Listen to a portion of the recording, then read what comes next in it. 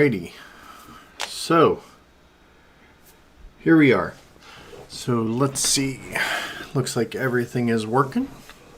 I see some audio. I see some video. That's good. That's good. The delay of YouTube kind of kills me because it means, I get it why streamers start a stream and then they just sit here and wait for like a minute. It's kind of rough. But today, let's see, we have a bit of a commission that I will be working on. I think I can do a little bit better job with this guy.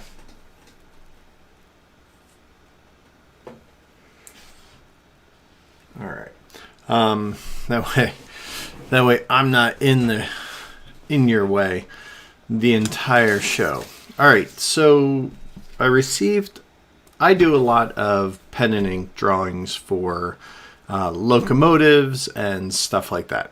It's something I really, really, really enjoy. And it's kind of a fun little niche that I've kind of created for myself, for better or worse, let's be honest, because man, oh man, this request is quite literally a big one. It is for the Union Pacific 4014 Big Boy. Very, very, very, very, very specific. I've only ever done a couple that are super, super specific like this. This is definitely that. Now, the crazy thing is this thing is a monster. It's called the Big Boy for a reason. Essentially, if you want to think about it, it's almost like two locomotives kind of smushed together. It is that big. And if you look at this picture I have, you can kind of see these piston chambers here. Normally, most of the trains, kind of only had one set because that's all they needed. But this guy needed two on each side, mind you. You can see here, this is a little bit better detailed picture of a long shot of him. Now, whether they had two boiling chambers or not, I'm really not 100% sure. But this sucker is 132 feet long. 132 feet. That's twice as long as my house. That is huge. They still run. It's pretty impressive. And the sucker can get, let's see, according to this little document, it can get up to 60 to 80 miles an hour. So this guy is a true beast of a train. So what I did is, in doing my research, I'm just going out and I start by, I search the web and I try and find what we're looking for. I always like to draw my pictures in perspective at what I like to call a 3/4 view, or actually it's a 1/2 view, because I'm not really 3/4.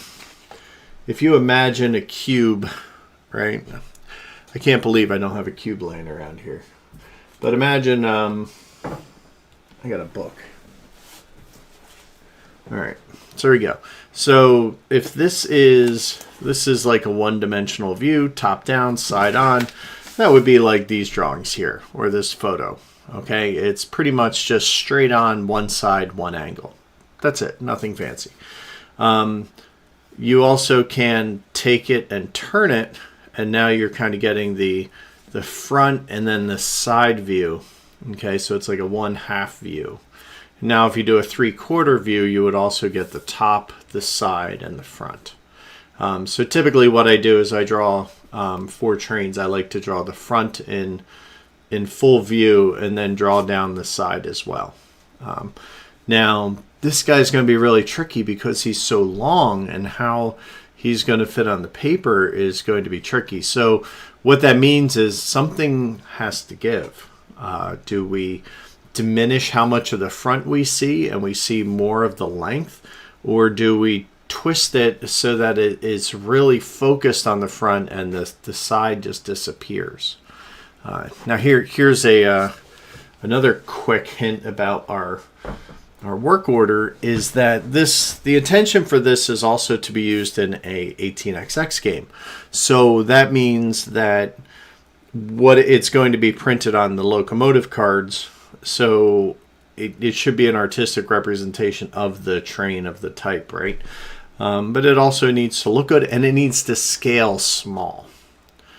Now, if I do it too much in the front side, that scale's not going to work. So we need to go, we're going to go more profile and try and take the long shot. We're also going to include the tender, the coal tender that sits off the back of this train. Can't imagine how much shoveling they must have had to do for this to stoke this guy. But basically, we're gonna kind of include that in this shot. Now, I have these pictures. I printed them out. This is my normal routine. I'll usually print like 4 or 5 pictures out just so I have a good feeling of what we want to do. Then this guy here, just a very basic shape, right? Like whoever drew this kind of did a very basic job, which is going to be similar to what my style is. So it's kind of in that vein. And then this was actually one that was sent to me by the person who requested it, and the 4014 was the same one. This is a good example of what I'm talking about, with the front taking up all the view, and then just we don't really get to see much detail down the side of the train here. There's very, very little detail you get. I mean, the pistons stand out, but it kind of hides just how really, really, really big this train is. So I don't think that this is a fair picture for what we're trying to accomplish. All right. The other thing is considering this is going on a playing card, so scale-wise, it's probably about as big as our pieces of paper here. That means if my train really should only occupy about 1/3 of this paper. And we're going to do that. And what my plan is I'm going to do the picture as line art, and then I'll take a picture or scan it, and then I will continue on my process and either add some background or what I like to do, and that's add a little color, and then take another picture. That way, no matter what happens, I kind of have that line art representation in a computer, and then I can digitally paint it if I need to change any colors or anything. So. Wow, that was a lot of setup, but this is a big project. I really enjoy doing trains. They're very, very interesting. They're very challenging because you have a lot of different shapes going on, and I think it takes a lot of you got to have some forethought and planning. If you just start drawing, you'll wind up really, really worse for the wear. The other thought is to pick, which direction we're going to go, and then where any vanishing points are, so that way we can kind of get that set up. All right. So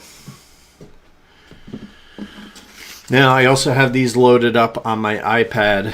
So the iPad is a handy tool because if I pull up a picture, for instance, here, I get a lot more detail on this picture than I get off of the one I printed.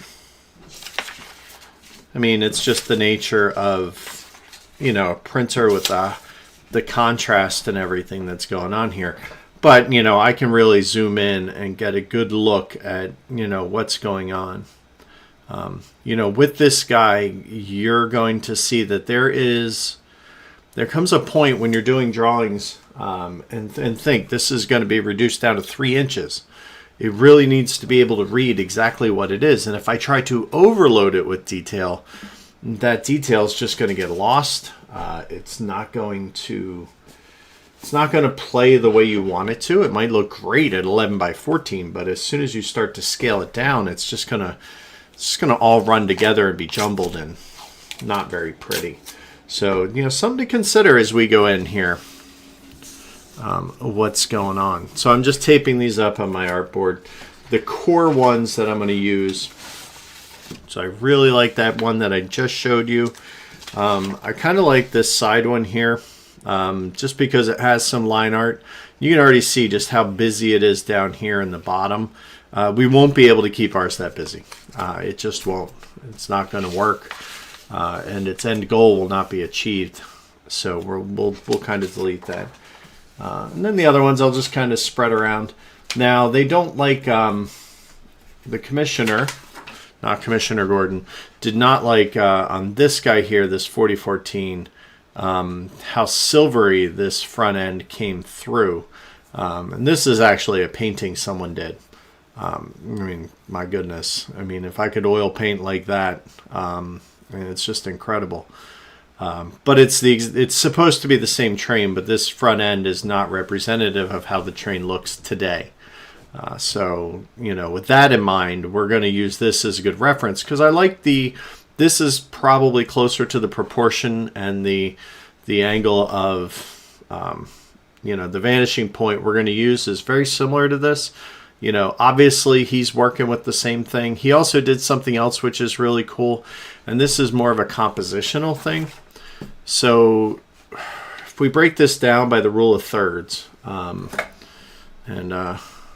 sorry, Mark Carvon here. So there are imaginary, let's try that line. There's a 3x3 grid, and your eye follows this. So you can see here that this box has the primary focus, and he literally put that engine like right here on this line. I mean, if I were to draw it, it probably would be right there, right? And that's because your eye goes to these divisions. It's why we like odd numbers. It's why if you put like 3 candlesticks, it always looks way better than 4. It's the same kind of philosophy that your eye is just drawn to odd numbers better. So we break frames up. And what he did was to help kind of give the impression of speed, he left this blank. And what he did that for was to give, we like to say it's to give the train someplace to move, right? Like if I just draw it here and it's just a static thing that's not dynamic and it's not movement. And when you're doing a painting and a technical drawing, it's really hard. I mean, yeah, you have the smoke traveling and it's kind of shooting straight up, but that's all you really get. You don't see any motion blur on the wheels. Like there's no other way to tell where it's going. So what you do is you just kind of give it some room to move into. So the same thing goes when you're composing photos of people. Give them, if they're looking and they're turning one direction, make sure that they have room to look at something. Whether it's there or not, give them some blank space to kind of have a look. So, you know, if you're doing a person, you want to have them looking. Okay, so it's just a composition thought here. Now this bottom line is also, notice that lines up like almost perfectly with the horizon line. Okay, so that's intentional, that the horizon is sitting right on that lower third. Now for this drawing, because of its final use, I'm going to go smack in the center with my horizon line.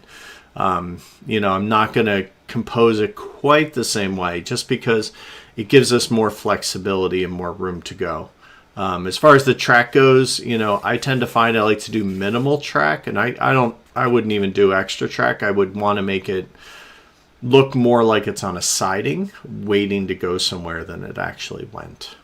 Wow, that's a lot of information for you guys.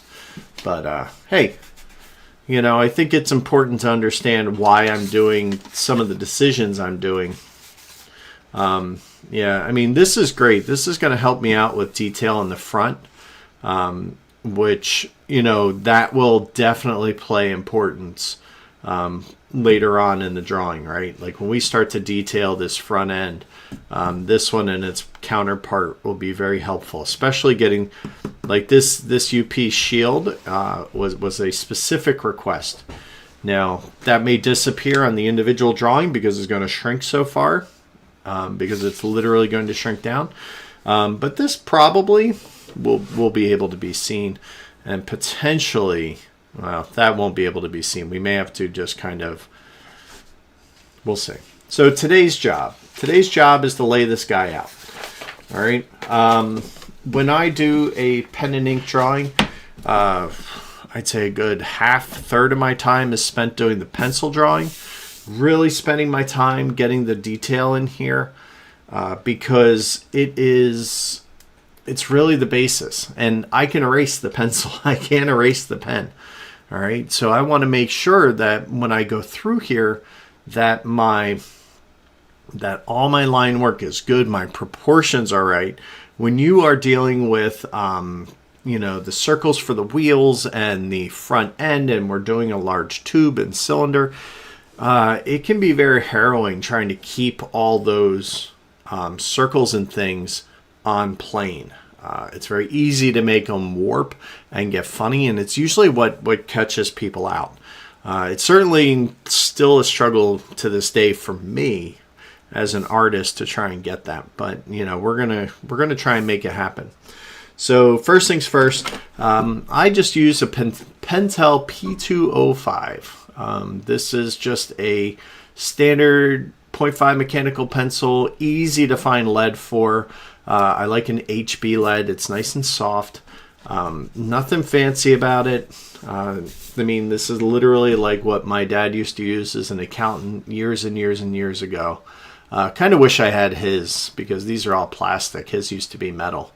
But I think that would be pretty cool. But I picked up like a set for $3, really, really cheap. But this is by far the easiest pre-sketch pencil, because I don't have to worry about the point. The point's very nice and tight. Still has good weight to it. I don't have to sharpen it. Let's be honest. That's a pain in the butt.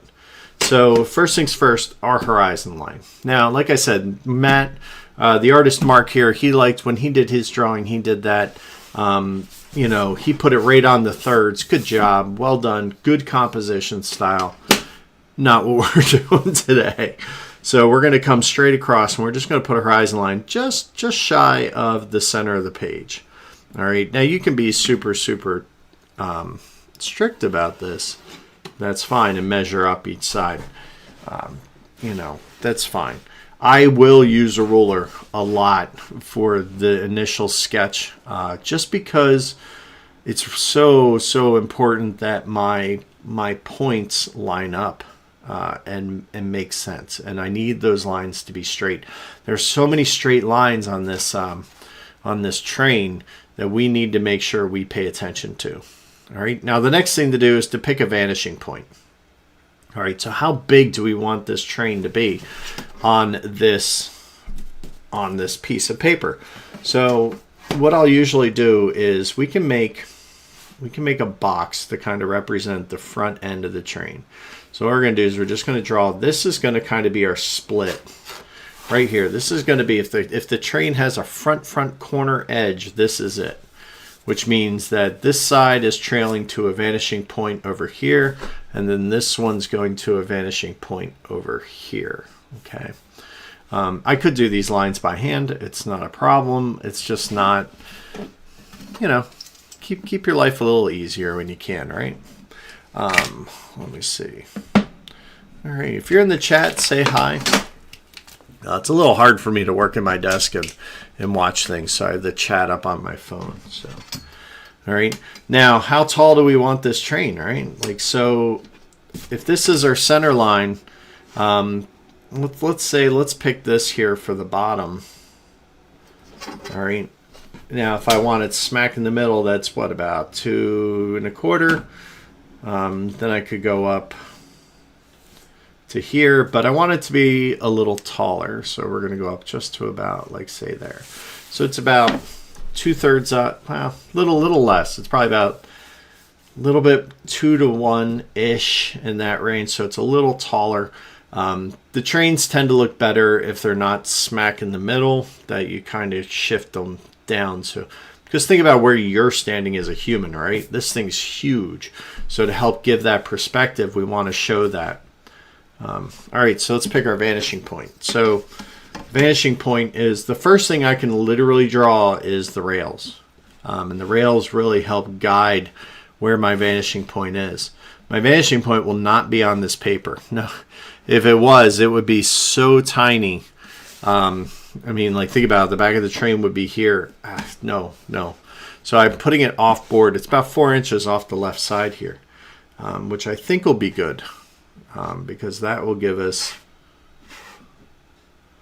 let's see,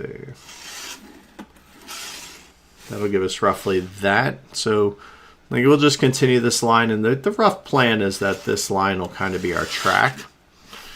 All right, and then same thing up here at the top. All right, So this here, this is going to be our train and the side running down long. Now the box for the front. So you can kind of choose how sharp you want this to be. I'll be honest with you, I don't want this to be very, very sharp. I want the front to be pretty straight, which means my vanishing point is going to be a ways out.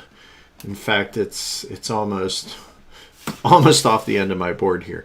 And I'm just going to, again, put a couple guides down. All right, even that, I'm tempted to think that might not even be far enough. See how much, I mean, it's a right angle and that's fine, but it's almost sloping away too much. So maybe we'll shallow it out. We'll go a little further. We'll aim for a point that's a little farther away. All right, that's a little better. So you can just kind of get rid of that. And this is where I start, because let's be honest, that all this, everything we draw, it starts with shapes. Okay. Now, is that the actual edge of the train and the steam compartment? Probably not. That because this has such a front end and cow catcher, that'll probably be down there. So what we'll do is we'll just kind of pencil this in, just to kind of see.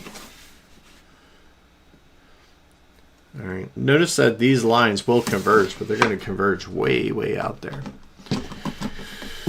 All right. So that's kind of the front of our train. So that's our front edge. All right, and then we can kind of pick and choose where we want that to be. All right, so maybe that's kind of the front. All right.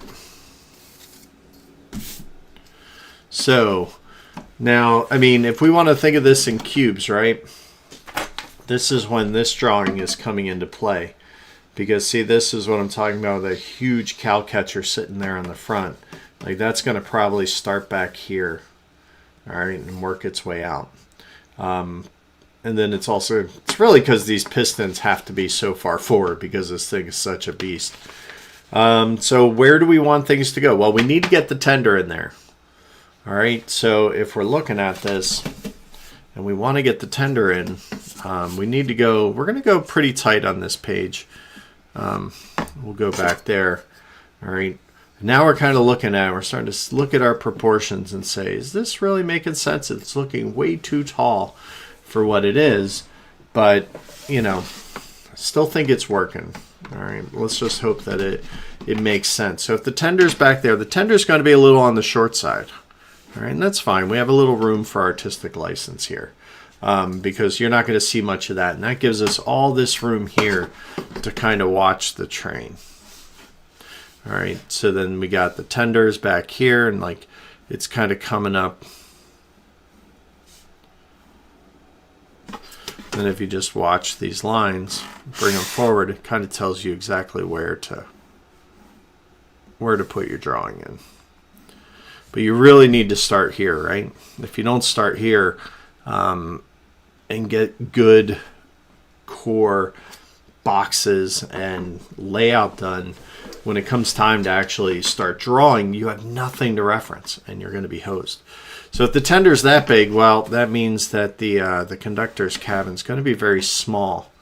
Okay, but we want to make it, I'm going to kind of make it big enough. This is not a technical drawing. I want it big enough where I can draw a window in and we can see this 6-pane window that's down here. All right, and then the rest is going to really just be tube coming all the way up to here. All right, and so if we look at this guy, all right, roughly, sorry about that, where our wheel's going to go. All right, so we got our cow catcher, so that means that right up about here is going to be that piston. So we got like a wheel. All right, and then we got a wheel. Then we got the smaller carriage down here, and they got that smaller carriage out front. All right, so that's pretty good. Just kind of roughing it in, seeing where everything goes. All right, that's going to fit under there. I mean, again, might have a little artistic play here. I mean, these wheels aren't as, they don't look as massive, but they really are, right? But what I'm trying to do here is I'm just trying to block out roughly where some of these bigger shapes are going to go. All right, like I think we can keep the center line of the train right along our horizon line. We'll make our life, a little simpler doing that. Then that way, when it comes and it turns the corner, it will almost be straight. And then you kind of have, so if this is back, so that means this, we have our big circles up here for our engine. And this goes all the way to the top. So this is a massive piece. So it's going to be like literally from here to here, right? It's a big, and it's a circle. So you can, and there's nothing wrong with going and getting, circle oval templates and doing this. I have them for when I do some of the stuff. But for this, we need to draw this circle here. And then remember, this circle's tilted a little, right? Like it's not here, it's here. So it's slightly oval, which means it's just a little taller than it is round, which if we look here, our shape is kind of doing that for us already.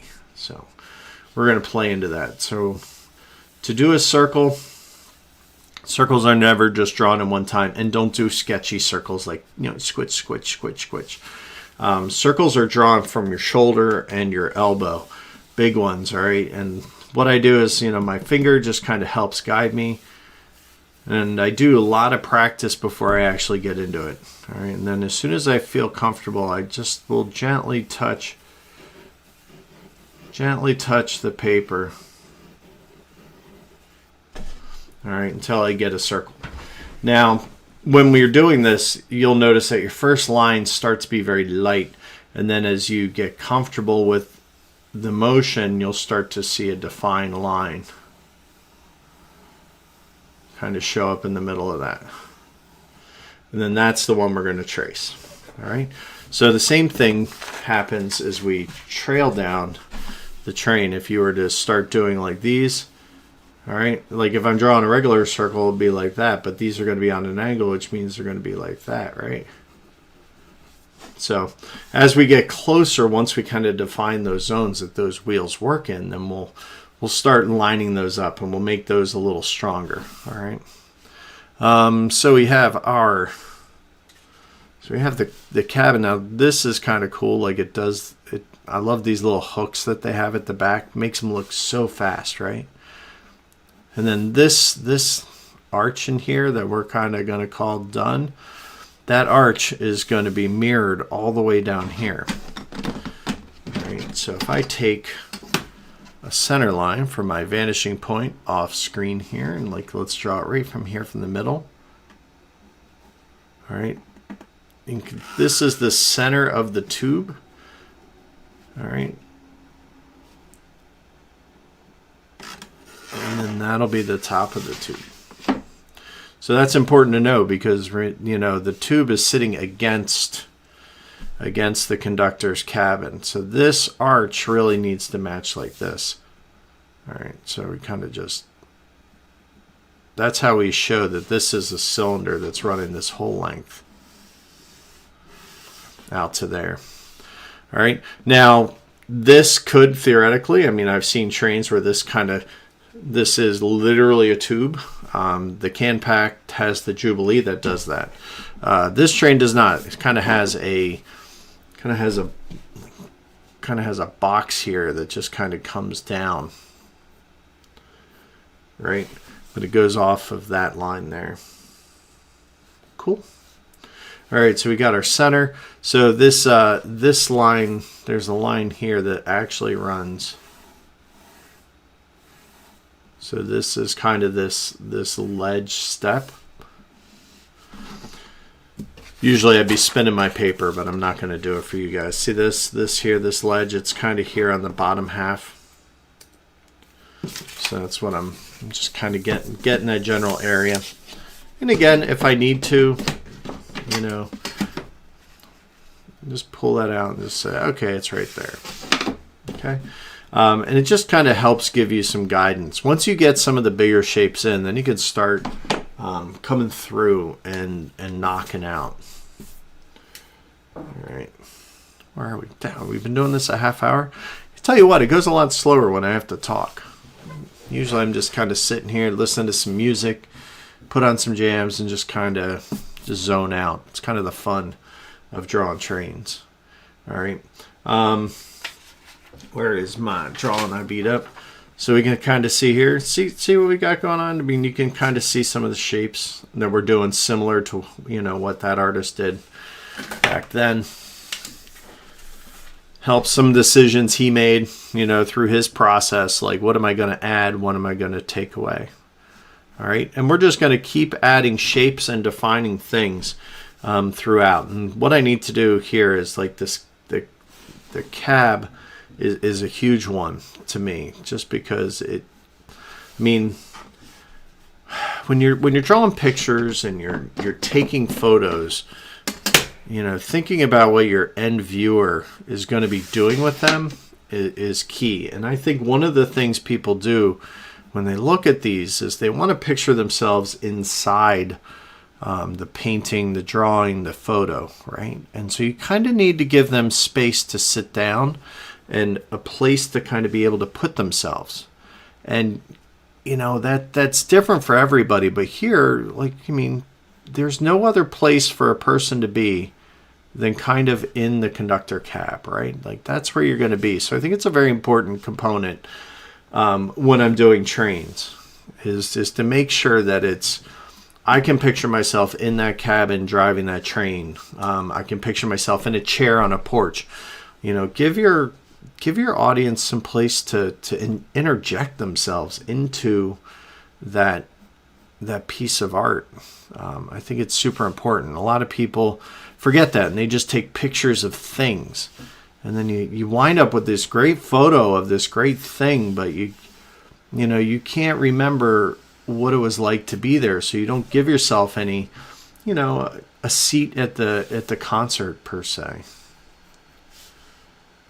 And I think that's just really important to be able to do that. And I learned that from a guy who was selling me art. Sold me art that had 2 chairs on it. And I'm like, what the heck? But now I get it, right? Like, I get that it's there for me to you know, do I remember that vacation I was on because of that piece of art? So think about your audience when you take that picture, or think about yourself. Like, yeah, it's nice to take selfies and everything. Do you remember what it was like to take the selfie? Sure, but do you remember, you know, what it was like to stand at that waterfall? You know, that was so awesome. And where was that place to stand? You know, a lot of people want to take those out. Sometimes you got to leave them in. All right. I got philosophies for days, people.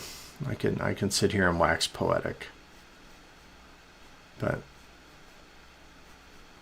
and again, I'm just roughly sketching where I want things to go, because I think it's going to be super important to be very, very, very clean with our decision-making process here. Like, if I look here, this actually breaks. Like, this guy comes across and he actually breaks before he goes out to the front.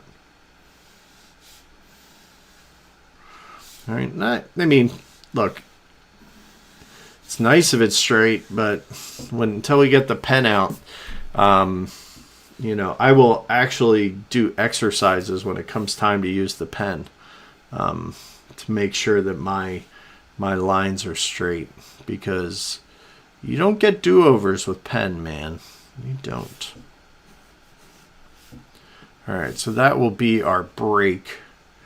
So, like, this is where those rivets are. It goes up a little taller.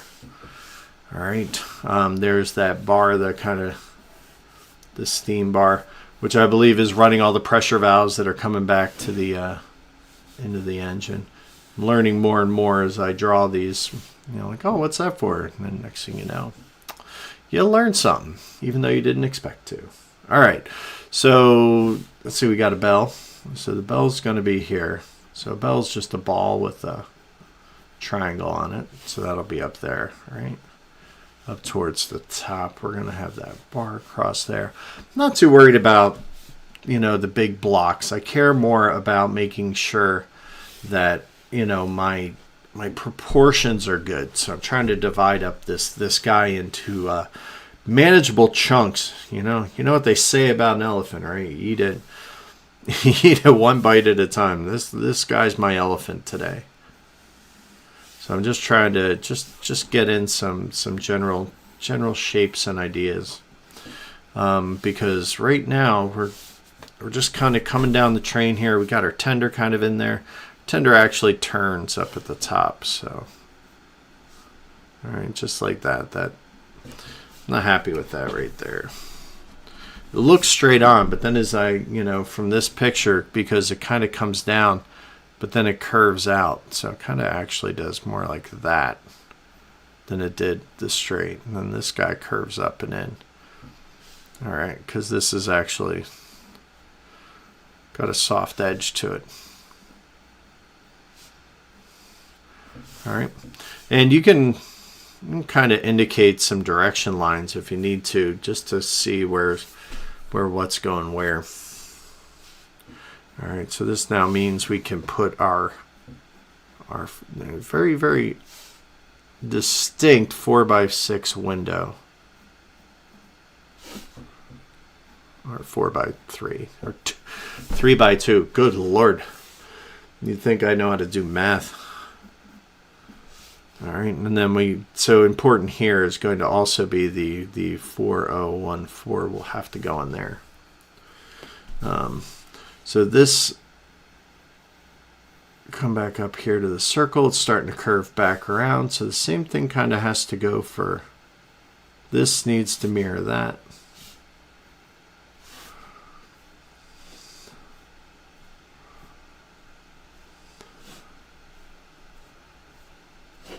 All right, and I can get out, you know, point-to-point architect's compass, and I can measure this and make sure it's perfectly round.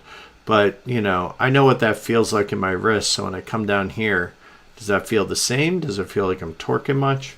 And that's just kind of a quick measurement. Also, you can start to see like some of my my finger smudging, you know, starting to happen from the pencil. It's fine. We'll get rid of that later. So now we're starting to enter the fun zone. So we're gonna switch to looking at our profile here a little bit more, right? So we got this box drawn in. All right, now we need to start worrying about what's going up here with this piping for the steam here. It's kind of running down the bottom. Then you got this one running up to the front, and then we got these piston chambers. So I think it's time to start really focusing on them.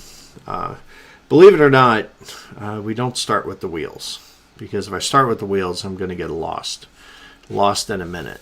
So the best thing to do is kind of give the wheels place. If I start with the wheels, and what if they're off? Then it throws everything else off. And let's be honest, the wheels, if they're off, it's usually going to be the most obvious thing.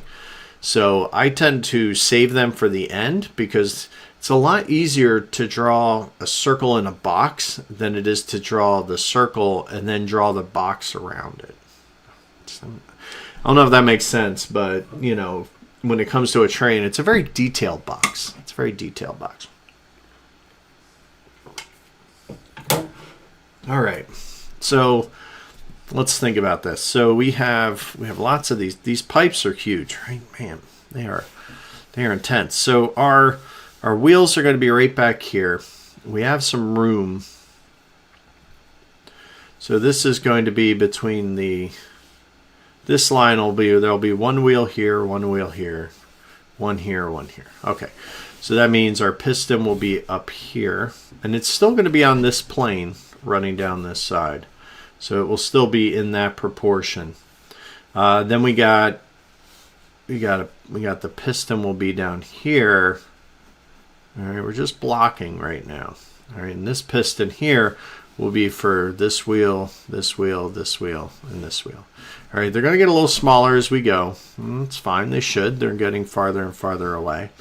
And then we got this little truck down here that's just got these two guys on it.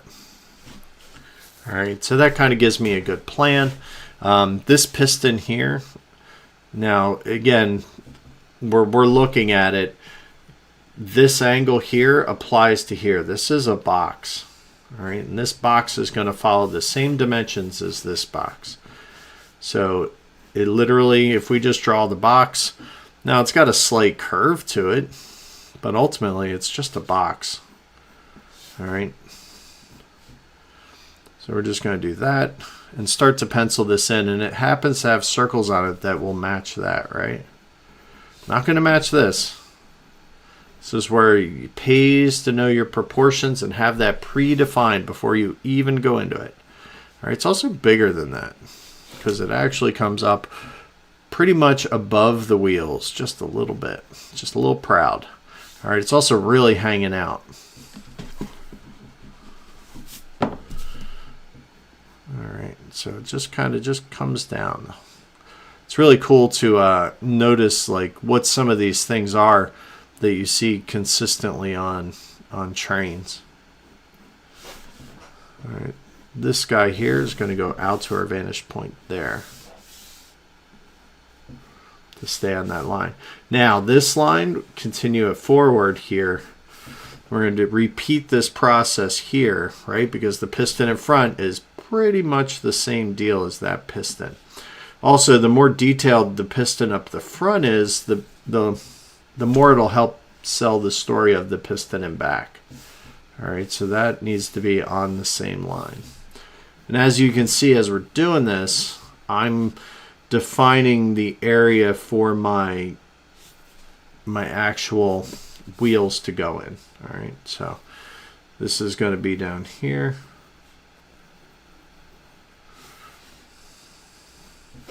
All right, so those are the piston.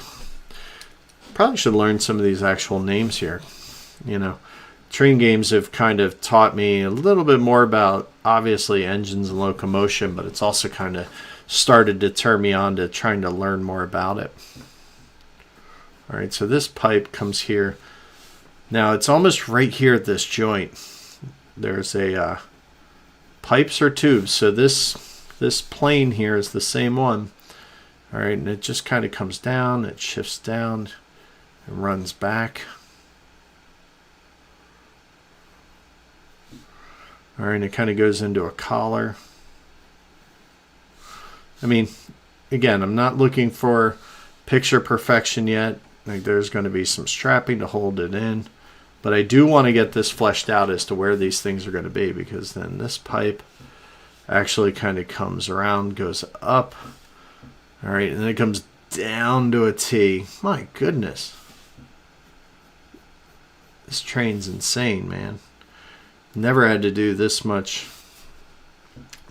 detail work. The big boy called that for a reason, let me tell you. All right, and then this is just kind of a T joint. It looks like there's one that's just kind of going off the back here that you just kind of can't see all that well. But then the main one is coming up front. Now it's gonna kind of slope and go down a little bit. How far up? If I'm looking at my drawing, it kind of drops in the back half.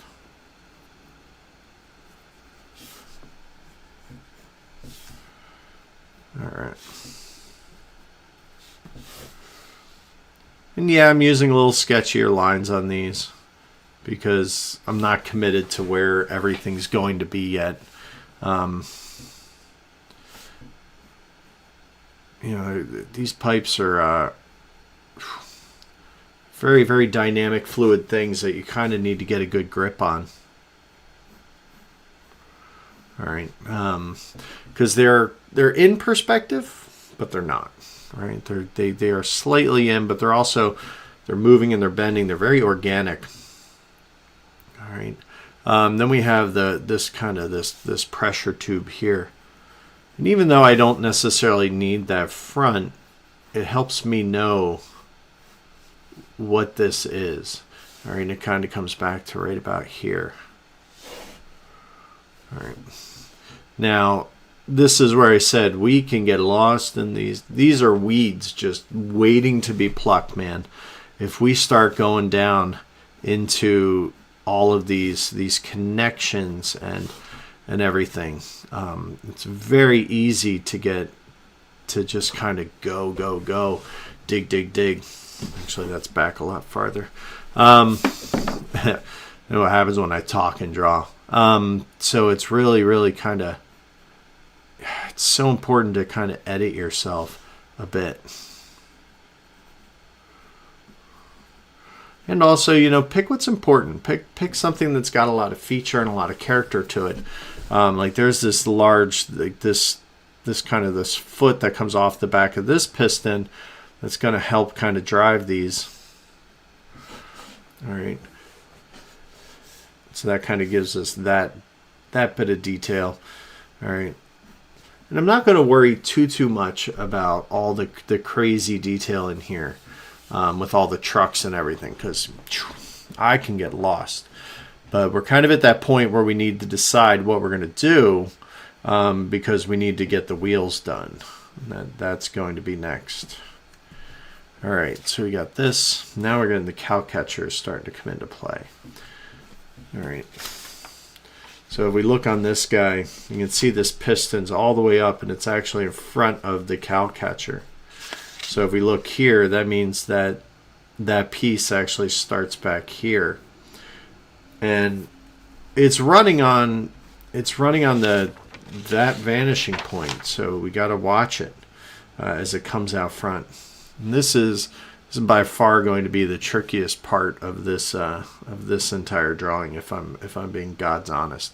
It's getting some of these shapes right, and then getting how do they play in across the front is it's usually very tricky. So I tend to find it, you know, takes a little trial and error sometimes to see, like, is that piece connected with the front or is that connected with the side? So I'm just kind of looking up in here, this drop piece that's off here, which is what I'm working now, because I'm trying to get to this platform, because that platform is kind of my defining piece along the front. Because up here, you can see it in the other drawings, there's a large grate that kind of comes right across. It starts at about like right here. And it comes right across. So, I don't stick out quite that far, Chris, but all right. So this grate, so as wide as this is, right? It's not quite as wide because there's actually like a little stair step that kind of comes down this side here. So it's actually probably back there.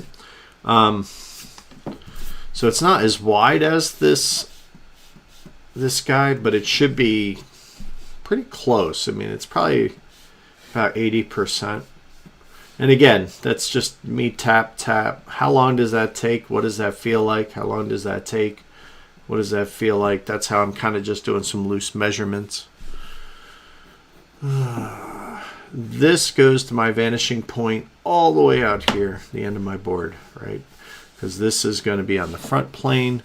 This is the UP shield.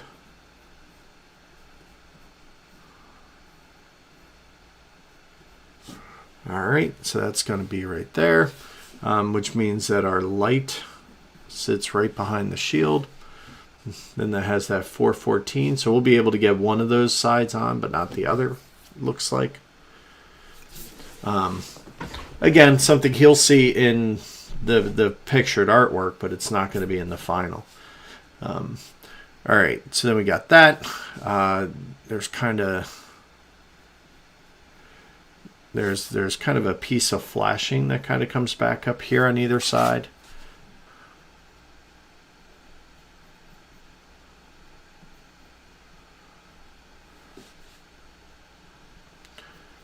All right, so that kind of gives me that feel. This is telling me where the bottom of that is, and it kind of sticks out a little bit because there's kind of this guy has a counterpart over here. All right, like they're kind of steps, because this is like literally so somebody can walk down here, walk around the front of the engine.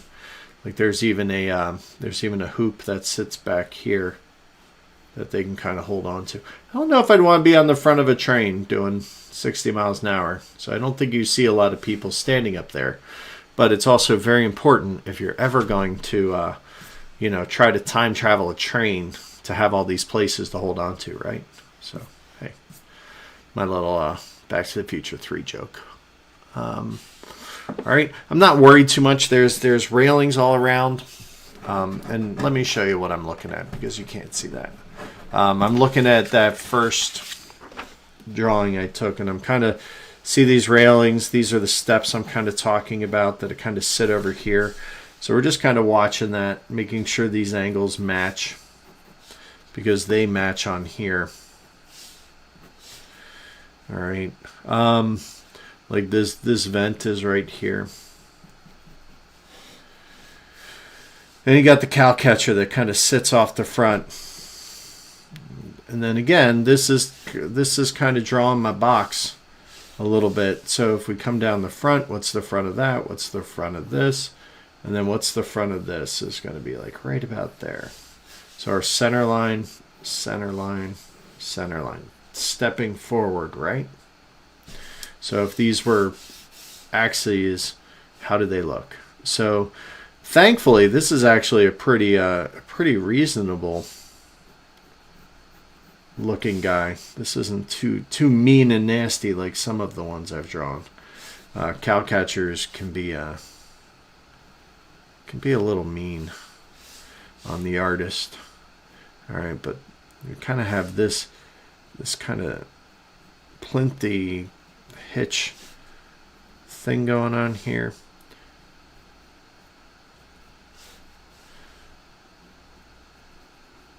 So draw the box that it's in. All right, then we can kind of draw these are all going to that vanishing point. Then we kind of have these ovals. Right.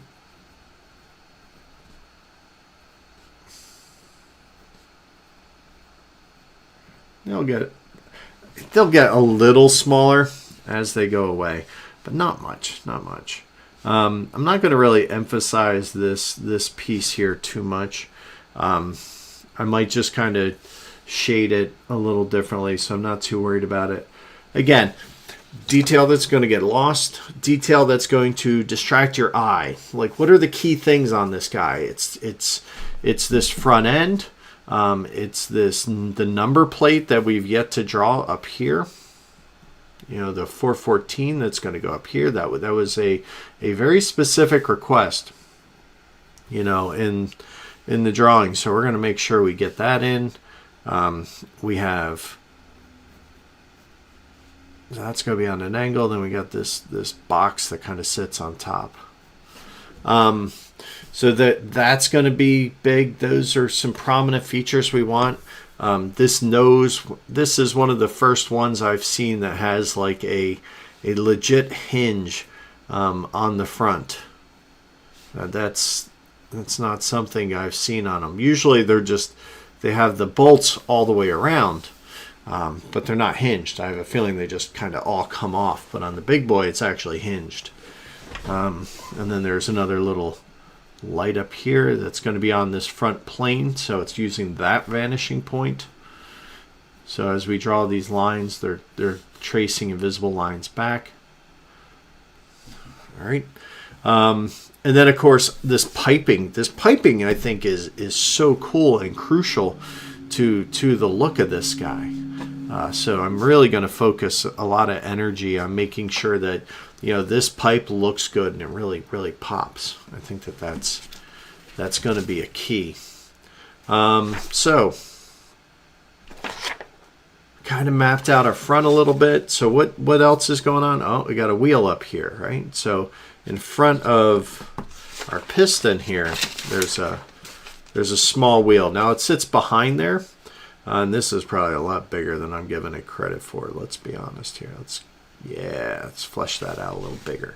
So there's just some little wheels back here, So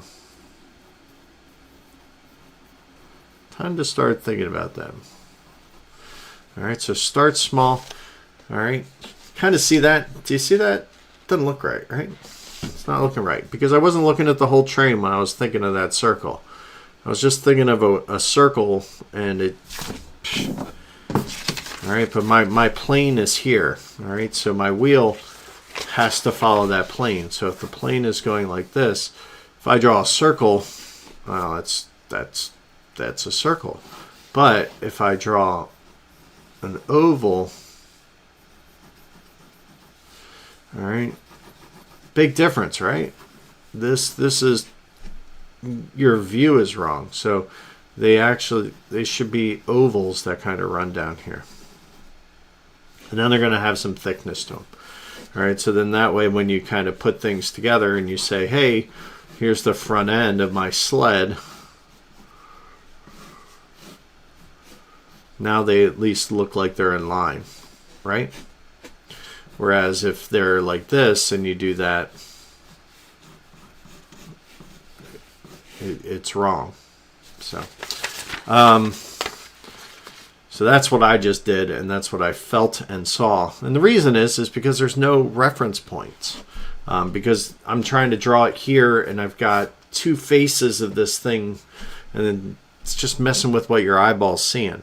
So if we look back at our drawing, there's still another set that's behind it. Remember what I said about drawing a circle and a square? It's a lot easier to draw it when you have reference points around it. That really helps kind of show the way.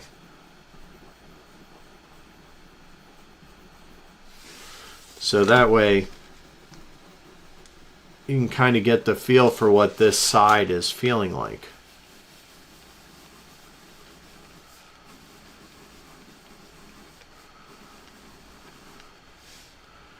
Right?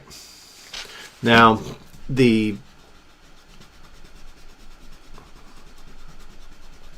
now let's actually go do that. Now I don't like, that's obviously way too many lines. That's what I get for trying to make an example, right? So what we need, let's bring our track line up again. Now let's get this guy back in.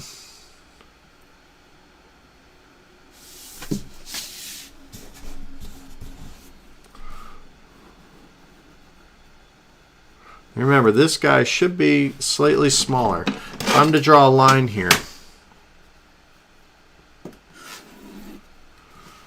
all right, let's take a peeky peek. This line can serve as my top and my bottom line. All right, so this line, this wheel should touch the top and the bottom because it's going to touch the track and the top. This wheel's the exact same size. It's going to go back, so it'll be a little smaller. All right. Now you could do math and you could figure out exactly what that angle is, and that's fine. But let's continue on. So we have 4 wheels. So what I do is I'm going to, all right, so there's the block that these 4 wheels have to go into. So if we find the halfway point, it's right about there. But remember, it's getting smaller in the back. So we're going to offset that a little bit. All right, so there's kind of our working boxes. All right, now we can do the same thing down here. Now this one's kind of actually up here because it's a little behind. Then this guy, if we look, is actually all the way up here. So this should be smaller, right? Like there to there, because theoretically it's getting smaller. So there you can see that's our lines to work with. Let's get rid of all these scribbles.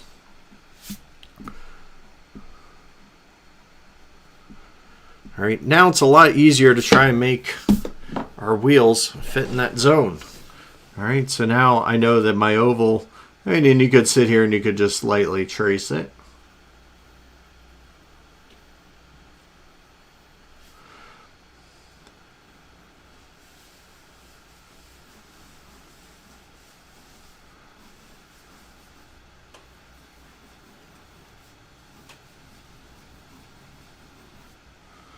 All right.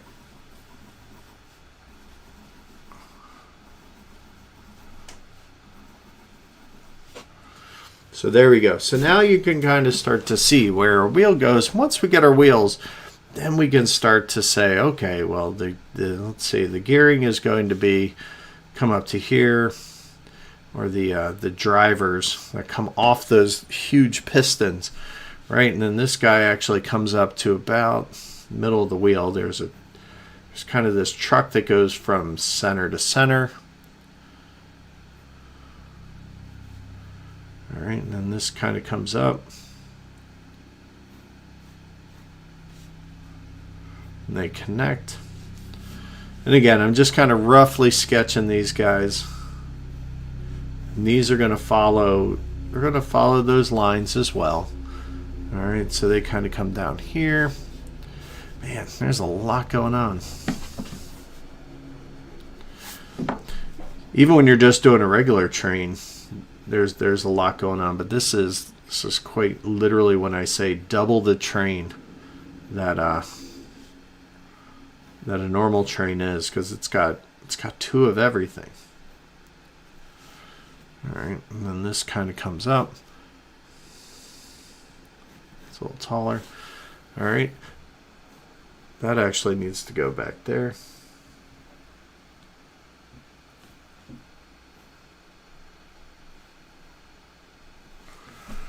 All right, and what we're doing here, you know, we're kind of establishing exactly what's going to go on behind it. All right, like a lot of these wheels get really, really covered. You can see here, and then there's even this. I don't know what this is. I would almost argue it almost looks like it's a braking mechanism. All right, and again, how much detail do we want? How much are we going to keep? We're just trying to keep it small. Now that I'm doing this, and I got my wheels kind of in here, you know, proportionally, how do we feel about this? I kind of feel like I got a little bit too big of a gap here, and these wheels might be a little small. So I'm kind of tempted to make them a little larger and kind of push this guy back a little bit. And that's fine. We're in pencil stage. We can totally do this. How are we doing on time? All right, so let's see. So these guys here, yeah, I'm happy with them, but I want these to be a little bigger.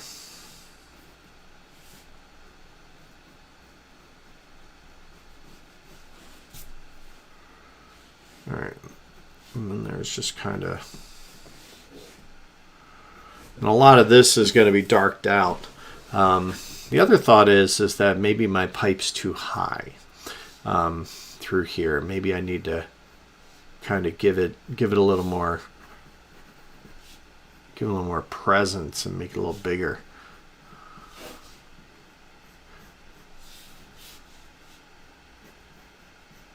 A little more bigger. Make it bigger. Yeah, I think so. I think it needs to stay a little bit on that path. Right. Now you'll also notice sometimes I'll do this. I'll come back in and I'll just put a dark line. Why I do that is it's going to stand out and it's going to help me visually see it better, so that when I come back into ink, I'll know exactly which line I want to use.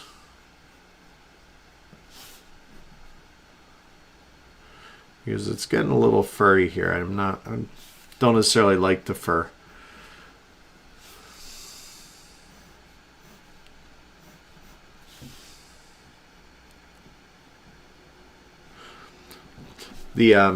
Those lines, those sketchy scribbly lines, you know what that is? That's not confidence. The exact opposite of confidence is what that is, because you're not happy with that line, you're not confident with it, so you just you don't commit to it, and that's what causes that.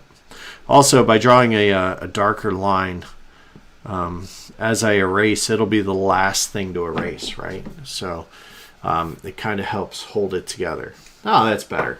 Okay, so I think that makes a little more sense visually too, that this pipe, man, it's such an important part of this piece.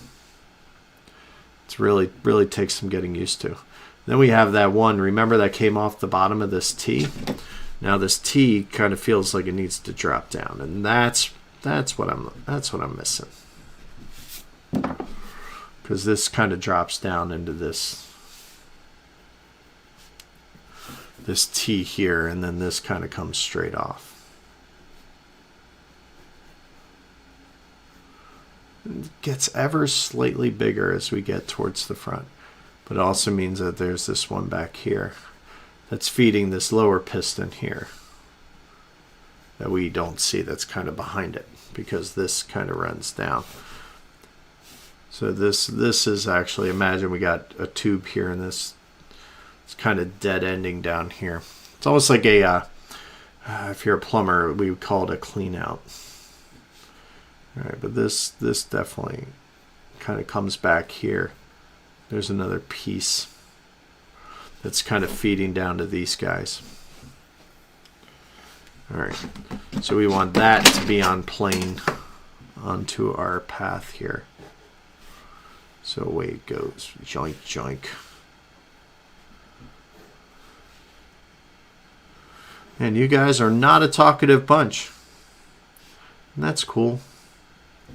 I don't know how much of the chat I'd be seeing today.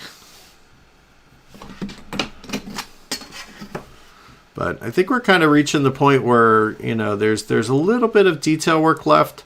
I don't do all of it in pencil. Let's be honest. It's kind of a waste to do the same thing multiple times. But what I will do is I will start inking. And when I do that, I generally like to work from the top down because it's just easier. I think it's cleaner. Makes more, you know, visual sense because you run less risk of smearing your paper. But it's that's probably the next step. There's a lot of piping and everything back here that we're going to have to really get some detail in. This guy kind of comes up. This kind of comes off, and then there's... Oh, it's up a lot higher, isn't it? Yeah, it is. All right, so that actually is going to come off of there. Wow. Big old gap back there. Look at that. So that's going to be there. And then that's going to form that. Going to come out. There's lots of pipes that run here that kind of come out the back. All right. Let's see. Then this is going to come up there. All right. Then we got like a rivet line that's going to be running down there and in there. Cool. Cool. So yeah, I think I've kind of reached my stopping point. And this is, you know what, I could spend hours on a drawing, and I could just sit here and go and go and go. But the problem is you get a little bit of you can get some tunnel vision when you get doing it. You can really get so hyper focused on a thing that you lose the 1,000-foot view. And I think that's kind of the important thing, right? Like, we need to think about all of our views. So our top level view is this will be used as a graphic design piece for a card that needs to scale. That's our big view. So some decisions need to get filtered through that. Then we need to kind of come down and say, what's our next view? Our next view is that it's still going to be a standalone piece. You know, obviously the person who is designing this game loves this train to death, so we're going to do justice and honor that.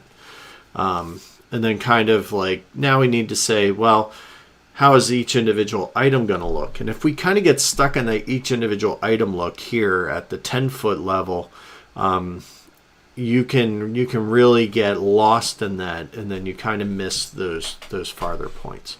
So sometimes, sit back, squint. That's another great clue, because when you squint, what's important is going to pop out at you. It just kind of blurs everything a little bit, and you can kind of see shapes. That kind of helps you kind of define like what's hyper important and what's really going on here. What's your eye getting drawn to? Like these pipes, yes, they're very important. I think they're a huge kind of pivotal part of this train, and I think they are important to telling the story of it. But what exactly is that story? Like, do I want it to be the only thing, or do I want it to be like, whoa, that's pretty cool, and then that's kind of it? Like, wow, there's a lot going on there. And I think that's what we need to be able to sit back and say, hey, every wheel doesn't need to have blah, blah, blah, blah, blah. Do we need to draw every little thing? A good artist knows when to omit stuff. I am not that artist. I can't just naturally define something down to core shapes and then stick with it. It doesn't work. It still has to be a conscious effort. And the way I do that is I step away. So I'll come back, I'll probably finish up the pencil, then start into the ink. And sometimes things kind of show themselves as you ink. What exactly is going on? What's happening here? So I'll see if I can turn on the camera. Maybe I'll do that Sunday. Or maybe I'll add an extra day. But Thursday is going to be reserved for, we're going to do some cooking. I'm going to make some fresh crepes. Teach you how to make a French omelet, which is, everybody's like, anybody can make an omelet or scrambled eggs with stuff. But let me tell you, the French omelet is just so soft and so light. It changes me. I love it. It's now I haven't made one probably since school. So closing in on 30 years. And now it's like I can't stop making them. It's just my favorite way to cook an omelet in the morning. It's just so light and tender. So we'll try and do that on a Thursday. So and don't forget to tune in if you're here. Tomorrow night, Wednesday night, I have the Star-Studded Fiasco going on. I'm super excited and, of course, a little nervous, right? I think it's going to be great. We have a lot of, we have Joe Sandow, Ruel Gaviola. We have Mandy Hutchinson. Chaz Marler's joining us. And, of course, we have Paula Deming. So this, when I say it's Star-Studded, come on, that's Star-Studded. So I think it's going to be a lot of fun. We have that coming up. And I did the art for that. That was the one I did on Sunday, which was pretty cool. And you can see the thumbnail. I kind of had some fun with that today when I was putting together the thumbnail. I added in some flags in the spot. I probably should have done that when we were doing the art piece. But hey, it is what it is. So there you go. Step one. We have our boundaries. But look at this. We wound up with good spacing on our sheet. I'm really happy with where this is going. This is going to be a really cool one. I mean, this is going to take usually, like I charge 3 hours worth of time to do one of these. And you just sat through an hour's work by the time I'm done, talking to you all. So it's not that bad. But I hope you enjoyed that, had some fun. And, I'm going to call it a day. So thank you so much for watching. I need to go make dinner. And get the meatloaf ready. And I will see you guys Wednesday night or Thursday. I'll see you next time we do this. Have a good one. Be safe. Love your neighbor. Take care of them. Check in on people. Sure to say hi. And be good to each other.